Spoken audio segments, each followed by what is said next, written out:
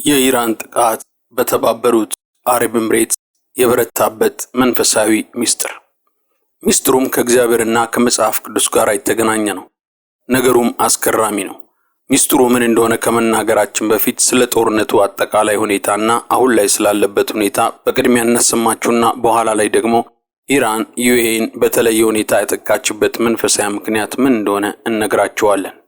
የኢራንና እስራኤል የአሜሪካ ጦርነት ከተጀመረ ዛሬ ላይ 7ኛ ቀን ይዟል። አሜሪካ ይህንን ጦርነት ዘመቻ ኦፒክ ፍሪ ብላ ስትሰይመው፣ እስራኤል ደግሞ ኦፕሬሽን ሮሪንግ ላይን ዘመቻ የአንበሳ ግሳት ብለዋለች። 3 ዓላማን አንግቦ የተጀመረው የአሜሪካና የእስራኤል በኢራን ላይ የጀመሩትም ጥቃት አሁንም አጠንክረው ቀጥለውበታል። አሜሪካና እስራኤል ኢራንን ለመዋጋት አንግበው ይዘው የተነሱ 3 ዓላማዎች ነበራቸው። አንደኛውም ኢራን አላት የተባለውን የኒውክሌር መሳሪያ በግልጽ አሳይታ እንድታወድም ጫና ለማድረግ ከተገኘም ለማውደምና የሀገራቸውን የደህንነት ስጋት አስተማማኝ ሁኔታ ላይ ለማድረስ ሲሆን፣ ሁለተኛ ደግሞ የኢራን መንግስት ዲሞክራሲያዊ አይደለም፣ ህዝቡን የሚበድል በህዝብ የተጠላ መንግስት ነው በሚል ለእነርሱና ለህዝቡ የሚመችም ሌላ መንግስት ለመተካት ሲሆን፣ እንዲሁም ደግሞ ሶስተኛው አንዳንድ የፖለቲካና የኢኮኖሚ ተንታኞች እንደሚናገሩት ከሆነ ደግሞ የአሜሪካ ሶስተኛው በዚህ ጦርነት ውስጥ የተሳተፈችበት ዓላማ ቻይና በገፍ ከኢራን የምታገኘው 80% ነዳጅ ለመቆጣጠርና ቻይናን በኢኮኖሚ በእጅ አዙር ለማዳከም እንደሆነ ሶስተኛ ምክንያት ተደርጎ ይገለጣል። እነዚህ ምክንያቶች ኢራን ከእስራኤልና ከአሜሪካ ከፍተኛ የሚሳኤልና የጦር ጀት ድብደባ እስከዛሬ ድረስ እየተደረገባት ይገኛል። ኢራን በምላሹ በመልሶ የማጥቃት መከላከል ዘመቻዋ ከፍተኛ የማውደም አቅም ያላቸው ሚሳኤሎች ከ10 ወደሚበልጡ ሀገሮች ላይ አስወንጭፋለች። እንዲሁም ርካሽ ዋጋ ያላቸው ነገር ግን ትልቅ ጥፋት የሚያመጡትን አጥፍቶ ጠፊዎችና ቦምብ ጣዮች ድሮኖችን እየላከች አልበገርም በሚል እልህ እስከዛሬ ድረስ እየተዋጋች ትገኛለች። ከኢራን የተላኩት እነዚህ አውዳቢ የጦር መሳሪያዎች በተላኩባቸው ሀገሮች ሁሉ በመከላከያ ስርዓቶቻቸው ያከሸፉት ቢሆንም ሳይከሽፉ አምልጠው ኢላማቸውን የመቱት የኢራን ሚሳኤሎች ቁጥራቸው ቀላል የሚባል አይደለም። የኢራን ጥቃቶች እስከዛሬ ድረስ የነዳጅ ማጣሪያዎችን፣ የአሜሪካ የጦር ካምፖችን፣ ህንጻዎችንና አንድ የአሜሪካን ኤምባሲ መታለች። የኢራን ጦር መሳሪያዎች ያደረሱት ሰብአዊ ጥፋት ከጦርነቱ ስፋትና አደገኝነት አኳያ ሲታይ ብዙም ባይባልም ሰዎችም በየሀገሩ ተገለዋል፣ ብዙዎችም ቆስለዋል።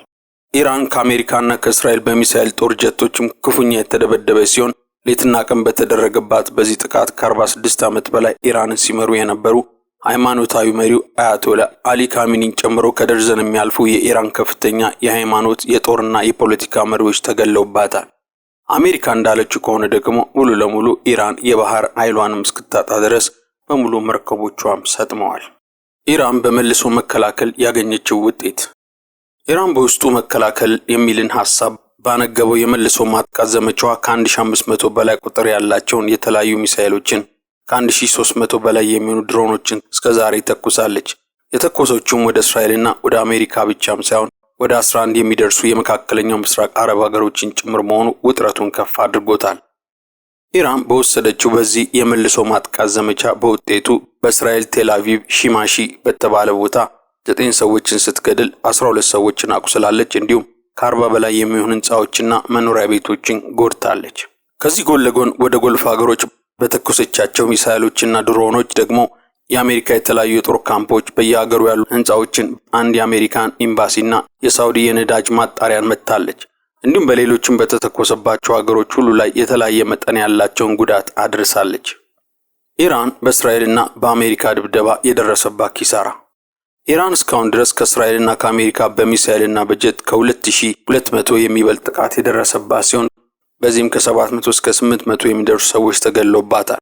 በብዙ መቶዎችም የሚቆጠሩ ቆስለውባታል። በሚኒያብ ባለ የጦር ሰፈር አቅራቢያ የሚገኝ አንድ ትምህርት ቤት አጠገብ በተደረገው ጥቃት ቁጥራቸው ወደ 175 የሚደርሱ ሰላማዊ ሰዎች ተገለውባታል። ቁጥራቸው ከ200 የሚበልጡ የአየር መቃወሚያዎች ተመተውባታል። 300 ሚሳኤል ማስወንጨፊያዎች ከጀት ላይ በተተኮሱ መሳሪያዎች ተመተውባታል። የድሮኑ ማምረቻም ፋብሪካዎች ተመተውባታል። 17 መርከቦች እንዲሰጥሙ ተደርገውባታል። የኒውክሌር መሳሪያ ያሉባቸው ተብለው የተጠረጠሩ ቦታዎች ተደብድበውባታል። እንዲሁም የሀገሪቱን ዋና መሪ የሆኑትን አያቶላ አሊ ካሚኒን ጨምሮ ብዙ የኢራን የጦርና የሃይማኖት የፖለቲካ መሪዎች ተገለውባታል። አሜሪካ ያደረገችው ጥቃትና የደረሰባት ጉዳት። አሜሪካ ኢራንን ለማጥቃት በዚህ ጦርነት ውስጥ የተጠቀመችው የጦር መሳሪያ አይነት ቶማሃውክ የተባለ ከመርከብ ላይ የሚተኮስ ክሮስ ሚሳኤል፣ ቢ2 እና ቢ1 የሚባሉ ቦምብ ጣይ ጀቶች፣ የተለያየ ስምና አቅም ያላቸው ተዋጊ ጀቶች፣ ምሽግ ደርማሾችና አነስተኛ ዋጋ ያላቸውን አንድ ጊዜ ተተኩሰው የሚመለሱ ድሮኖችን ተጠቅማለች። አሜሪካ እነዚህን የጦር መሳሪያዎች በመጠቀም በኢራን ላይ ባደረገችው ጥቃት በውጤቱ ከ1000 በላይ ኢላማዎችን እንደመታች ትናገራለች። የኢራንን የአየር ክልል ያለ ከልካይ በበላይነት በመቆጣጠር ያሻትንም አድርጋለች። አንዳንድም የኢራን የአየር መቃወሚያንና የሚሳይል ማስወንጨፊያዎችን መታለች። በዋናነት ደግሞ ቁልፍ መሪ የሆኑትን አያቶላህን መግደሏን ተናግራለች። ባጸፋው ደግሞ ከኢራን በተተኮሰባት ሚሳኤል አሜሪካ 6 ሰዎች ሲሞቱባት 18 ቆስለውባታል። በባህሪንና በኳታር እንዲሁም በሌሎች አካባቢዎች ያሉ ራዳሮቿ የጦር ካምፖቿም ተመተውባታል። እንዲሁም አንድ ሰው ያልተገኘበትም ኤምባሲ ተመቶባታል። እስራኤል በዚህ ጦርነት ውስጥ በተለይ መሪዎችን በመግደልና የሚሳኤል ማስወንጨፊያ ጣቢያዎችን በመደብደብ ትልቁን ቦታ ትይዛለች። እስራኤል ኤፍ-35ና ኤፍ-15 የሚባሉ ጀቶችንና ሌሎችን ጨምሮ 200 የሚሆኑ የተለያዩ የጦር ጀቶችን ተጠቅማ ኢራንን አጥቅታለች። በዚህ ጥቃቷም የኢራንን የአየር ክልል ጥሶ በመግባት የአየሩን ክልል በበላይነት በመቆጣጠር የምትሻውን ሁሉ በኢራን ላይ አድርጋባታለች። እንዲሁም በርከት ያሉ የኢራንን የሚሳኤል ማስወንጨፊያዎችና መከላከያዎች ማውደም ችላለች። እስራኤል ከኢራን የተተኮሰባት ሚሳኤሎችና ድሮኖችን አብዛኛውን በሚባል ሁኔታ አየር ላይ ሳሉ ማክሸፍ ብትችልም ከመከላከል ባመለጡ የኢራን ጥቃት ከ11 እስከ 12 የሚደርሱ ሰዎችም ሲሞቱባት በመቶዎች የሚቆጠሩም ቆስለውባታል። እንዲሁም ህንጻዎችና መኖሪያዎችና አንዳንድ መሰረተ ልማት ተመተውባታል። ጦርነቱ በቀጠናው ላይ ያመጣው ተጽዕኖ። ይህ ጦርነት ከዚህ በተጨማሪ በቀጠናው ላይ ከፍተኛ ጫና የፈጠረ ሲሆን ወደ አሜሪካና ወደ አውሮፓ የመርከብ መተላለፊያ የሆነውን ሆርሙዝ ሰርጥ በመዘጋቱ ምክንያት ብዙ መርከቦችም ወደ መዳረሻ ሀገራቸው ማለፍ እንዳይችሉ አድርጓል። የነዳጅ ዋጋም በአንዳንድ ሀገሮች ላይ እንዲኖር ሆኗል። የአየር ትራንስፖርቶች በጦርነቱ ምክንያት ተስተጓጉሏል። ጦርነቱን በአጭር ካልተቋጨና ከተራዘመ በዓለም ላይ ታላቅ የኢኮኖሚና የሰላም ቀውስ ያመጣል የሚል ፍርሃትንም ደቅኗል። በአየር ትራንስፖርት መስተጓጎል ምክንያት ሰዎች ካሉበት መንቀሳቀስ እንዳይችሉና ላልታሰበ ወጪና ፕሮግራም እንዲዳረጉ ሆኗል። አንዳንድ ሀገሮች ደግሞ ነገሩ ከተራዘመ ከዚያኛውም ጎራ ጀርባ በመሆን የውክልና ጦርነት ውስጥ ሊገቡ እያኮበኮቡ እንደሆኑ መናገራቸው ነገሩን የበለጠ አስፈሪ ያደረገው ሲሆን ወደ 3ኛው ዓለም ጦርነት እንዳያድግ በዓለም ላይ ትልቅ የሚባል ስጋትን ፈጥሯል። እንደ ሂዝቦላ ያሉ የእስራኤል የቀድሞ ጠላት ደግሞ አጋጣሚውን በመጠቀም ጦርነቱን ተቀላቅለው ከኢራን ጎን በመቆም ወደ እስራኤል ሮኬቶችን ማስወንጨፋቸውን ጀምረዋል። ኢራን በተባበሩት አረብ ኤምሬት ላይ ከእስራኤል ቀጥሎ በብዙ የደበደበችበት መንፈሳዊ ምክንያት። በዚህ ጦርነት ከእስራኤል ቀጥሎ ከፍተኛ የሚሳኤል ውርጅብኝ የወረደባት ሀገር ብትኖር ዩኤኢ ወይም የተባበሩት አረብ ኤምሬት ናት። ጦርነቱ ከተጀመረበት ከፌብሩዋሪ 28 ቀን ጀምሮ እስከ ዛሬ ድረስ የተባበሩት አረብ ኤምሬት 189 ባሊስቲክ ሚሳኤሎች፣ 8 ክሩዝ ሚሳኤሎች፣ 941 ድሮኖች የተተኮሰባት ሲሆን ከነዚህም መካከል 152 ሚሳኤሎች፣ 8 ክሩዝ ሚሳኤሎችና 876 ድሮኖችን በአየር ላይ ሳሉ ጉዳት ሳያደርሱ በዩኤ መከላከያ ስርዓት እንደከሸፈ የተባበሩት አረብ ኤምሬት መከላከያ ሚኒስትር ገልጿል። ከመከላከያው አምልጦ በወደቁትና መከላከል ሲደረግም በተፈጠረው የግጭት ፍንጣሪ በዱባይ አንድ ሆቴል ላይ የወደቀ ሲሆን በጥቃቱም 3 ሰዎች ተገለዋል። የተገደሉትም ሰዎች የፓኪስታን፣ የኔፓልና የባንግላዴሽ ተወላጆች ናቸው። ሌሎች ደግሞ ቁጥራቸው ከ78 በላይ የሚሆኑ ሰዎች ቆስለዋል። በዱባይ ባለው ትልቁ የአውሮፕላን ማረፊያ ላይ ጥቃት ደርሷል። የዛይድ ኢንተርናሽናል ኤርፖርትም የዱባይ ኢንተርናሽናል ኤርፖርት 3ኛው ተርሚናል ላይ ጉዳት የደረሰ ሲሆን እንዲሁም ጆቢል ኤርፖርትም የተተኮሰ ሚሳኤል ሲከሽፍ በነበረበት ጊዜ በፍንጣሪው ተመቷል። አሁንም እየቀጠለ ባለው ጦርነት የኢራን ጥቃት ከእስራኤል ቀጥሎ ከፍተኛ ጥቃት እያደረሰችባቸው ካሉ 3 ዋና ዋና ሀገሮች መካከል የተባበሩት አረብ ኤምሬትም ቀዳሚውን ስፍራ ትይዛለች። ለምንድን ነው ግን ኢራን በተባበሩት አረብ ኤምሬት ላይ በትሯን ያበዛችው? ኢራን በተለየ ሁኔታ የተባበሩት አረብ ኤምሬትን ያጠቃችበት አንድና የተለየ ምክንያት ነበራት። እርሱ ምንድነው? የክርስትናን የእምነት አባት በሆነው በመጽሐፍ ቅዱስ አብርሃም ምክንያት ነው። ነገሩ እንደዚህ ነው። በእስልምና መሪዎች የምትመራው ኢራን ፍልስጤም ተጠቃች በሚልና ፍልስጤምን ለመከላከል በሚል ምክንያት በዙሪያዋ የአረብ ሙስሊም ሀገሮችን አሰባስባ በአንድ ማቆም የቻለች ሀገር ነበረች። ይህ በእንዲህ እንዳለ እስራኤል ይህንን ስብስብ የሚከፋፍል አንድ አዲስ ሀሳብ ይዛ ትመጣለች። ይህም ሐሳብ የአብርሃም አኮርድ ተብሎ የሚጠራው ከአረቦች ጋር ሰላም የሚያመጣ የሰላም ስምምነት ነው። እስራኤል በዚህ የሰላም ስምምነት ፕሮግራሟ እንዲህ በማለት ነው አረቦችን ለሰላም የጠራችው። የአረብ ሙስሊም ሀገሮችም ሁላችን የአንድ አባት ልጆች ነን። መጋጨት የለብንም። ከሚያጋጩን ነገሮች ይልቅ የሚያስማማን ትልቅ የዘር ዝምድና በመካከላችን አለ። እርሱም በአብርሃም አባታችን በኩል ነው። አብርሃም የአይሁድም የክርስቲያኖችም የእስልምናም አባት ነው። ለአይሁዶች አብርሃም የመጀመሪያው የዕብራውያን የዘር ግንድና በልጁ በይስሐቅ በኩል የእስራኤላውያን አባት ሲሆን ለሙስሊሞች ደግሞ አብርሃም ወይም ኢብራሂም በልጃቸው በእስማኤል በኩልም የአረብ ሕዝቦች አባት ነው። እንዲሁም አሁን ላይ የዓለም ሙስሊሞች የሚሰባሰቡት የመካ ካዕባን በመጀመሪያ ከልጁ ከእስማኤል ጋር የሰራው አብርሃም እንደሆነ በእስልምና ታሪክ ተዘግቦ የሚገኝ ነው።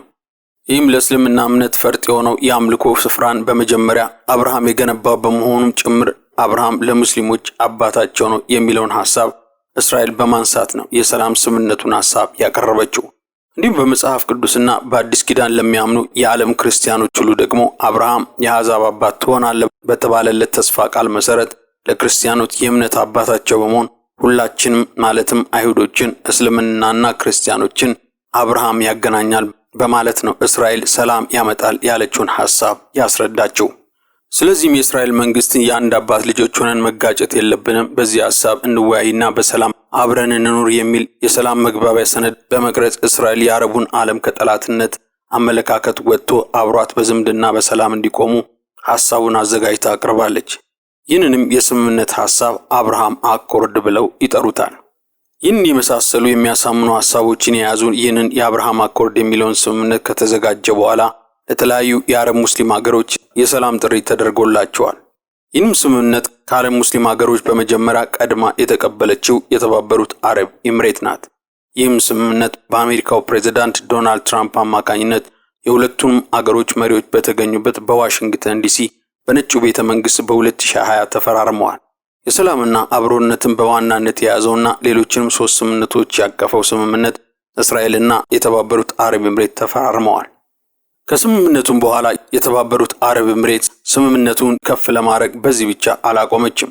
በ2023 የተመረቀው በአቡዳቢ ሴዲያ ደሴት የባህል ቀጠና ውስጥ በሚገኘው በአንድ ግቢ ውስጥ እኩል መጠን ያላቸውን አንድ መስጊድ፣ አንድ የአይሁዶች ምኩራብና አንድ የክርስቲያኖች ቤተክርስቲያን በአንድ ላይ የያዘ የአብርሃም ቤተሰብ ቤት ወይም አብርሃሚክ ፋሚሊ ሃውስ የሚል ስም የተሰጠው ቤቶችን ገንብታ ስምምነቱን ከፍ አድርገዋለች።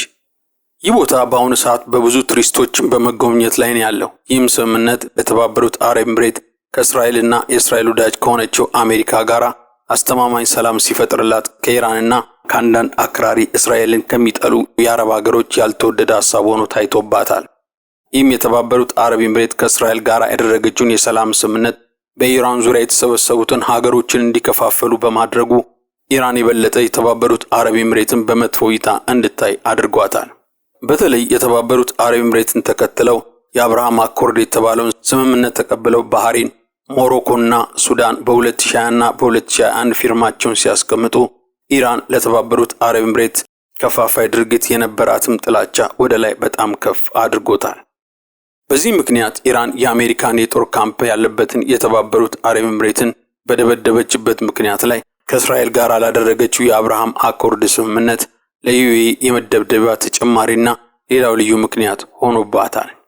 በዚህ ምክንያት ዩኤኢ ከእስራኤል በማይተናነስ መጠን ከኢራን በተላኩ በብዙ ሚሳኤሎችና አጥፍቶ ጠፊ ድሮኖች ተጠቅታለች።